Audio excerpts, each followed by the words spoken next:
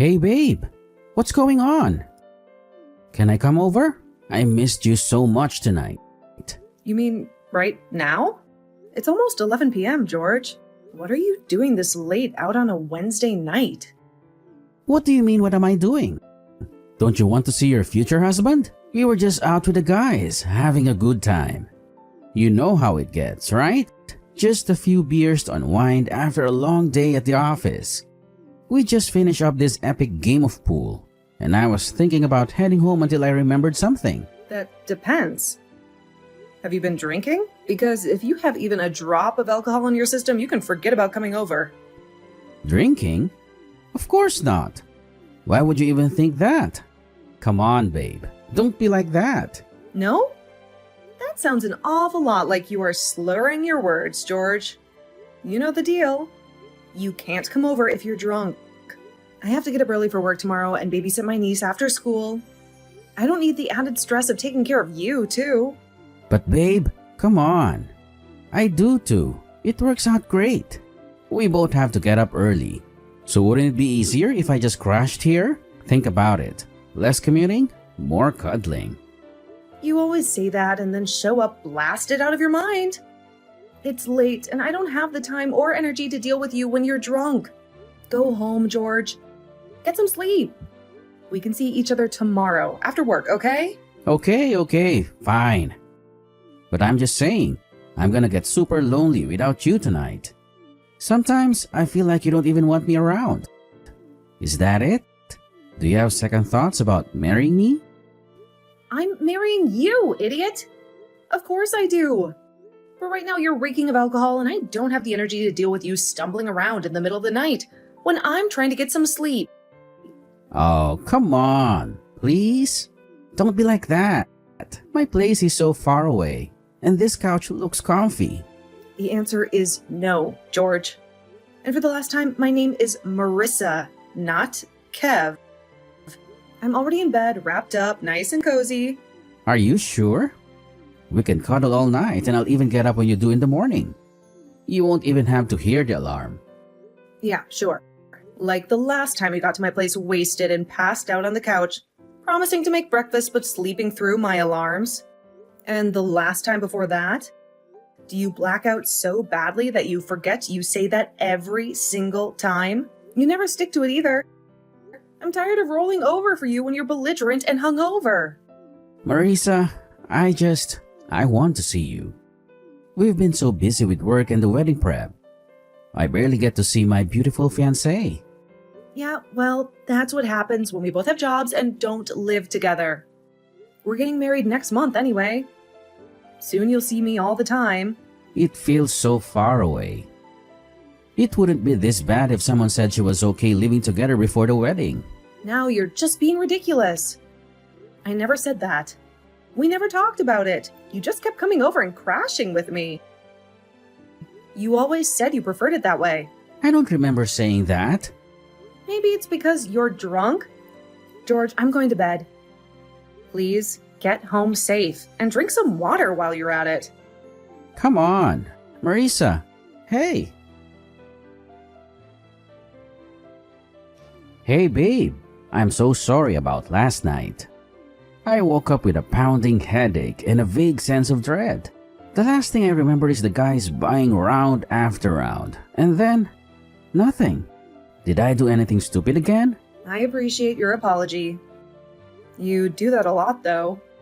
It's starting to worry me. Is this just who you are, George? The guy who shows up at my door drunk in the middle of the week, then forgets everything the next day? No, I swear.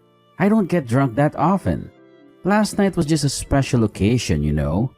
The guys wanted to celebrate my, almost last days of freedom.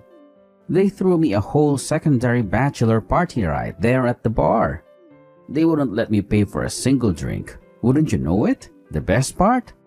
I somehow managed to stumble home at 1 a.m. and still drag myself into work on time. See? Totally responsible. 1, you reek of stale beer. And 2, you were texting me at 11 p.m. practically begging to crash here. Just need a place to rest my weary head, you said. Funny how that changes when the morning light hits. Right. The texts. Okay, so maybe I did have a few more drinks than I planned. But hey, that reminds me. You don't have any plans on Friday, right? Let's go out for a real celebratory dinner. Just the two of us. My treat, of course, to make up for last night. I wish you'd asked me for that yesterday, George. I just made plans. What do you mean you have plans? With who? Why would you be spending time with someone else the night before our wedding? Sorry that I want to hang out with my mom. She actually called and asked me to come get lunch with her, and shocker, your mom too. They're planning some kind of girls' day out. Whoa, what? Why would you want to do that? Sounds like torture. I don't know, maybe it's because I would like to have a good relationship with my mother-in-law someday, especially since we're about to become a family. Is that so crazy? Ouch, you're moody today. Look, if you don't want to go out with me on Friday, that's fine. But you don't need to snap at me. Maybe it's because someone cut me up last night with their drunken antics and is now trying to control who I spend my time with. You can come if you want, George. I never said you couldn't. Gross. No, I don't want to spend any more time with your mom or mine than I have to. They can have their little bonding session without me. Geez, George, that's your mom. Listen, I'll just text you when we're done. We can go out after, okay? But frankly, after last night, I might need some serious convincing. All right, sounds good. But seriously, lighten up a little. It's just lunch. Besides, what could possibly go wrong? Hey, George. I just finished up work. Remember that new rom-com we were talking about seeing? I finally got tickets, and there's a showing in like an hour. Want to grab some popcorn and cuddle up? Sorry, babe.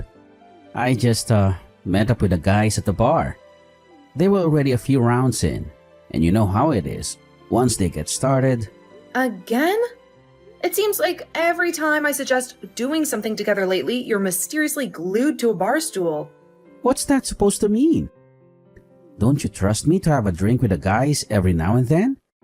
It's not like I'm out here getting wasted every night. Well, it certainly feels like it, George. You've just been out drinking with them a lot lately. You're supposed to be moving in with me in 2 weeks and marrying me in 4. But you haven't shown me any signs that you're preparing for either of those things. Is everything okay? Are you having second thoughts? Second thoughts? What? No way, babe. I wouldn't miss marrying you for the world. Besides, isn't that what I just did? I called the caterer yesterday to finalize the menu. Hold on a second. Your mom called the caterer yesterday. You know, the woman who lives 3 states away and hasn't even met my dog yet? Well, it's the same thing if you think about it. We talk about the menu together, and she just offered to handle it.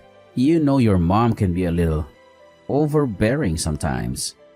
Overbearing? George, we talked about wanting the wedding to be a collaboration, something that reflects both of us. And I'm packing, for the record. I've been slowly collecting boxes and decluttering for weeks. Yeah, well, of course you are. You're way more organized than me, that's for sure. But don't worry, I'm excited about that too. The wedding's so soon. We'll be living together like a real husband and wife in no time. Honeymoon in the Bahamas, just the two of us. Can't wait. Exactly. I hope you've started to pack your stuff, George. Moving will take some time, especially if you plan on bringing everything you own. My place isn't quite as spacious as yours. Wait, what? Your place? I thought we were moving into my apartment. It's bigger, closer to work. We talked about this months ago, George. My house is already set up and it's close to my mom's house. You know, she's gone into chemotherapy treatments, right? Oh yeah, of course. Look, I'm so sorry. I completely forgot. You're such a good daughter to be there for her during this difficult time. Thanks, babe. I appreciate it. It's a scary time for her and I want to be there for her as much as I can. Besides, wouldn't it be easier to just stay at my place for now? Less moving hassle, you know? Sure, of course. Whatever works for you. She's gonna be a part of my family soon too. The least I can do is help you take care of her. Thanks, babe. I appreciate it. Listen, the movie tickets are going to waste if we don't hurry. How about we reschedule for another night and you can come over and help me pack for the move? Of course. Oh, the guys are ordering another round. I promise I'll start packing this weekend. My Fridays are always too busy for work. They drag on forever. These reports just pile up. You know how it is, honey. Yeah, about that. We should talk about how much you've been drinking lately, George. It seems like every Friday night turns into a marathon at the bar with the guys. Isn't there anything else you'd rather be doing, especially with the wedding just a month away? What do you mean? The guys are just trying to have a good time before before we tie the knot, you know? Celebrate my last hooray as a single man and all that. Well, tied down? Glad to know that's how you see it, George. Is this just a prison sentence for you? Because if you're having doubts, we can talk about them. No, that's not what I meant at all. You're the woman of my dreams. The future Mrs. Whatever. The point is, I'm excited to get married. It's just, the guys, they're all getting a little sentimental, you know. We've known each other since high school. It doesn't matter. They'll get over it. But frankly, George, I'm just worried about your health, that's all. Your liver cannot survive on a steady diet of bar food and cheap beer. I know. Look, I'll cut back. I promise. I wouldn't want to miss out on anything with you, especially not our honeymoon in the Bahamas.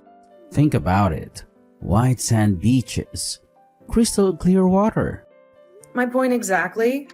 Your health isn't just about the honeymoon, George. It's about building a life together. A life where you're healthy enough to keep up with me, to maybe even start a family someday. I know, you're right. I promise I'll be cutting back soon, especially when we're married. No more late nights at the bar, I swear. Tomorrow, I'll send you pics of my packing boxes to prove I'm getting ready. How's that for a start? I've been waiting for an hour. You said the truck would be here by noon and the movers by 2.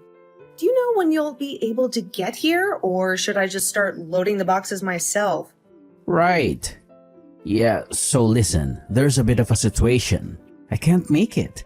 The truck rental place had some kind of computer glitch, and apparently they don't have any vehicles available today. Huh? We agreed you'd be moving today. We even color-coded the boxes based on which room they go in. This is the day we were supposed to finally be living together, remember? Funny story. About that, see, I'm not even close to being ready. There are still half unpacked boxes from my last apartment scattered everywhere, and most of my clothes are still hanging in the closet. Funny? You had weeks to get ready, George. Weeks where you promised you'd be packing and decluttering. It's not like this all just magically appeared overnight. Hey, weeks where I had to work a full-time job and deal with all the wedding prep stuff, you know. Wedding favors, seating charts, the caterer keeps changing the menu on me. It's been stressful. Okay, now you're definitely joking, right? I've been doing everything for this wedding. From the venue to the flowers, the decorations, even the freaking cake tasting, I've been handling it all. All you've been doing, apparently, is drinking with your friends every night. Well, look, my friends keep inviting me out to celebrate the bachelor life before it's over. And it would be rude if I said no, right? They're all getting a little sentimental, you know. But what about your soon-to-be wife, huh? Seems like you've been a lot more available for sentimental goodbyes with your buddies than for getting ready to start a new life with me. What's that supposed to mean? Of course I care about you. You're the whole reason for the wedding, aren't you? It means I feel like you care more about your friends than about me and about our future together. This move was supposed to be a symbol of our commitment, a new chapter. Instead, I feel like I'm the only one who's been taking it seriously. Marisa, I'm so sorry. I don't want you to feel that way. It's not like I don't care. It's just... Then please, George, please start packing. We have 2 weeks until the wedding. 2 weeks until we're supposed to say I do. We were supposed to be moved in together by now, getting used to living in the same space, building a life together. I will. I promise. Can you forgive me? I'll clear my schedule and cancel any more celebrations with the guys. Are you going to take me seriously from now on? This isn't just about moving boxes, George. This is about building trust, about showing me that you're committed to our future together. Of course. Consider it done. This wedding is happening, and we're going to have the best life together. You'll see. Now, let me call the rental company again and see if they can squeeze us in somehow. Maybe with a bigger bribe. And, where are you? What's up? Buttercup? Really? Buttercup? After tonight, the only thing sweet about me is the frosting clinging to this ruined dress. Yeah, it's our wedding night. And you're all gray and stormy. What gives? Everyone's having a good time. I'm so glad you think that I'm not. I'm going home, George, so I don't have to look at you bumbling idiots anymore, huh? This wedding was supposed to be a celebration of our love, a promise for our future together. Instead, it's turned into some drunken frat party fueled by your friend's bad behavior. You can't do that. Do you know how embarrassed I'll be if my bride walks out on me? Oh, surely not as embarrassed as I am now that your friends went and pushed me into the cake like some kind of cruel prank. Do you have any idea how much we paid for that 3-tier masterpiece? Not to mention the hours I spent picking out the perfect design. All ruined because your friends couldn't hold their liquor. Oh, that. You're not still mad about that, are you? They were just having fun, trying to lighten the mood. Do you have any idea how much we paid for that cake? Not only that, your friends are wasted and ruined. The dress I paid thousands for with buttercream frosting smeared all over it in front of everyone. You need to loosen up, babe? It's a party, you say? It's a wedding. Our wedding. A sacred ceremony that marks the beginning of our life together. Not an excuse for your friends to get blackout drunk and disrespect your wife. Yeah, our wedding. Where my friends can drink as much as they want and celebrate with a happy couple. That's not the purpose of a wedding, George. Maybe if you weren't so wasted yourself, you'd understand that I am humiliated. And honestly, I think our friends and family are too. You clearly didn't see how dead silent the venue went when they shoved me into the cake. Everyone was shocked. Oh, is that why your friends started to leave? You made everyone get out because you were a little dirty. Great. I guess I can thank you for ruining the wedding. I had to stand there and watch my bride make a scene and vanish on me. I certainly hope you're not going to be like this for the rest of our marriage. I won't, since we're basically history now. What does that mean? It means I ripped our marriage certificate in two. After that incredible display of disrespect, the broken promises, the blatant disregard for my feelings, I can't be married to you anymore. This piece of paper doesn't hold a candle to the vows we just took. Vows you seem to have forgotten the moment the ceremony ended. But I didn't even do anything. They were just messing around, trying to have some fun. Exactly, George. You just laughed at me. Stood there like a statue while your friends shoved their idea of fun down my throat. Instead of supporting me or scolding them for treating your wife like a birthday cake, you giggled like a kindergartner who just got away with coloring on the walls. And that's not even taking into account every other promise you've broken over the last few months. Remember when you swore you'd cut back on the drinking? Apparently, that promise went the way of your supposed commitment to packing and moving in with me. Whoa, where's this all coming from? We were having a good time. It was our wedding night. Our wedding night? A night that should have been about celebrating our love, our future together. Instead, it turned into a drunken spectacle where your friends felt free to humiliate me, and you were too busy getting wasted to even notice. This isn't news, George.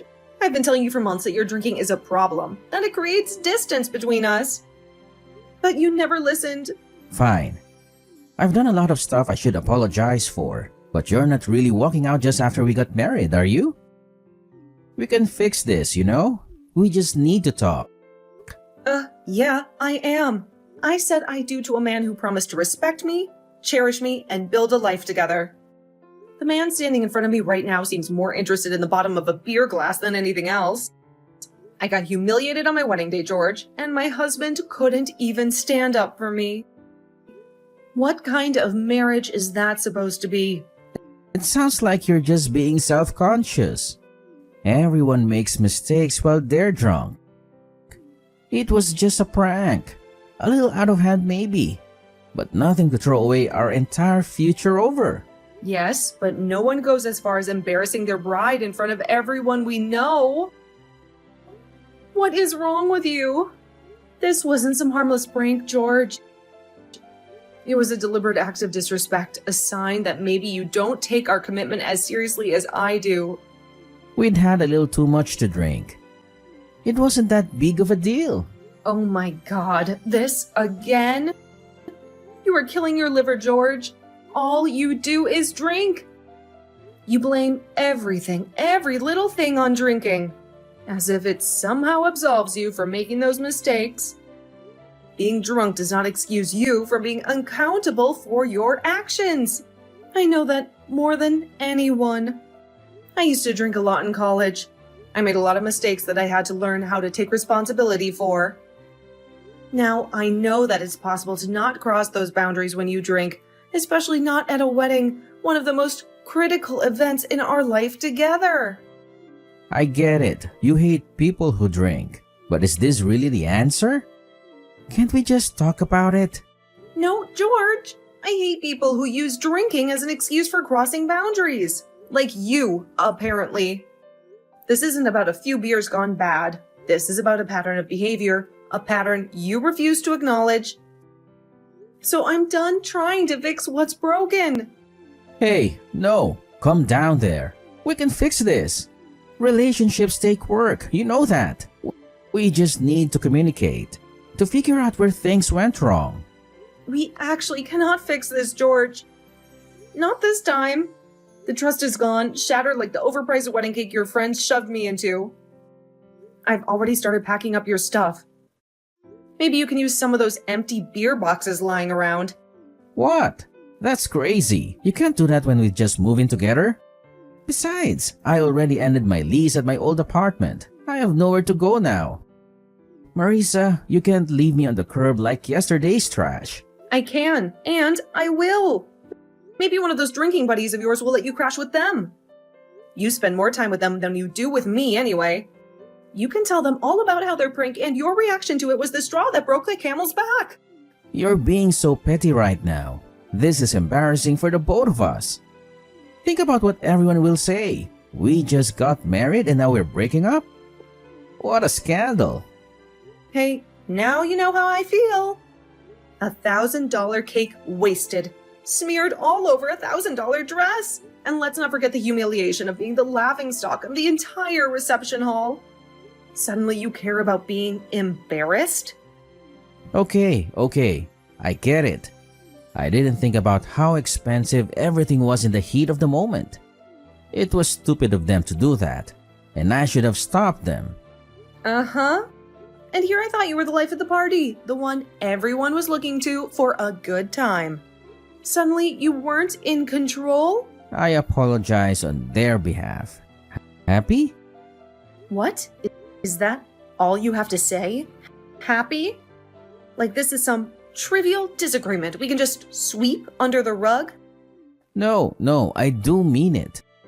I'm so sorry about it. I appreciate that you care about my health and are worried about all the drinking, even if I don't agree with you completely.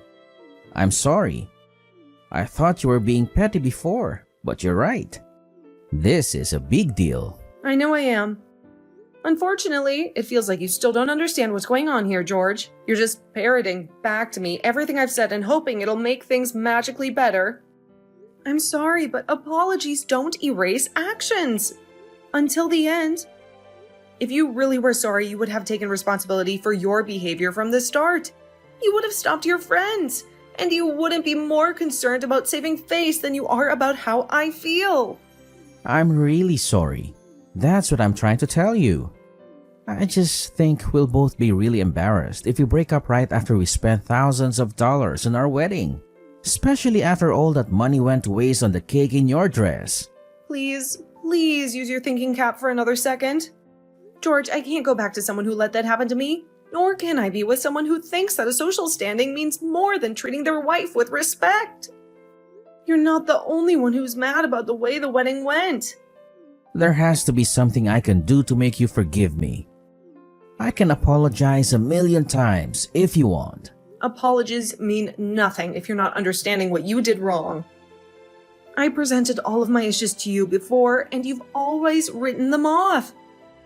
Now you're only apologizing because I'm threatening to leave. Shameful.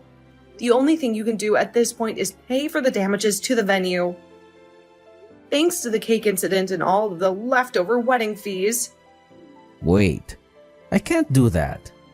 Well, it's not exactly you. I got off the phone with your parents earlier, and they want to cover everything with the compensation fee for me is an apology for the complete humiliation I experienced at the hands of you and your friends. You'll be paying them back. Whoa. I can't do that. I shouldn't have to pay my own parents for something that they already said they would cover. This isn't my problem. They offered and I accepted. If you really don't want to do it, maybe you should have considered my repeated concerns about your drinking habits. I can't believe you decided this without me. I shouldn't have to shell out my hard-earned cash because you can't take a little joke. Maybe they should be paying for you to take some anger management lessons. God, I'm gonna be out so much. I won't be able to hit the bar for months. Interesting that you suddenly care when it comes to alcohol. Whatever, George. Nothing that you can say at this point would sway me. I never had anger management, but you don't really mean that. You're just a sad, pathetic excuse for a person who only thinks about himself and his vices. Wow. So that's what you really think of me, huh? I can't believe I married you. I can't believe I married you, but here we are. Sometimes we make mistakes when we think we're in love. Maybe this will be a good lesson for you. George, spend more time thinking and less time drinking. I wish you luck with paying your parents back and finding a place to stay. Neither of those are my problem anymore. I don't ever want to see you or your buddies again. Understand? What? No! Bye, George. No, wait! Hold on! Marisa, I can explain! Sadly, this wasn't the last time I heard from my now ex-husband. George attempted to contact me often, to the point that I had to block his phone number and all of his social media accounts. He then started to call me from his office phone, so I called the police and had them take him in for attempted stalking. I guess it did the trick, since he no longer shows up wasted and hammering at my front door. Every now and then I see posts about him on social media from our mutual friends. Already, he's now known around his office as Cake Guy, a nickname that will haunt him forever. It kept him from dating too, since everyone who knows him knows his story and is sure to tell potential girlfriends about what he did or didn't do. His parents certainly came through and took care of every fee that had been left unpaid. They even sent me an extra check as payment for the financial loss on the cake, the dress, and my sanity. I always liked them a lot more than George, to be honest. It's so sad to see a couple of that kind make a man so dismissive. I'm done with dating for now, but if the time comes once more, definitely going to do a better job of background checking the wedding guests. The groom, too.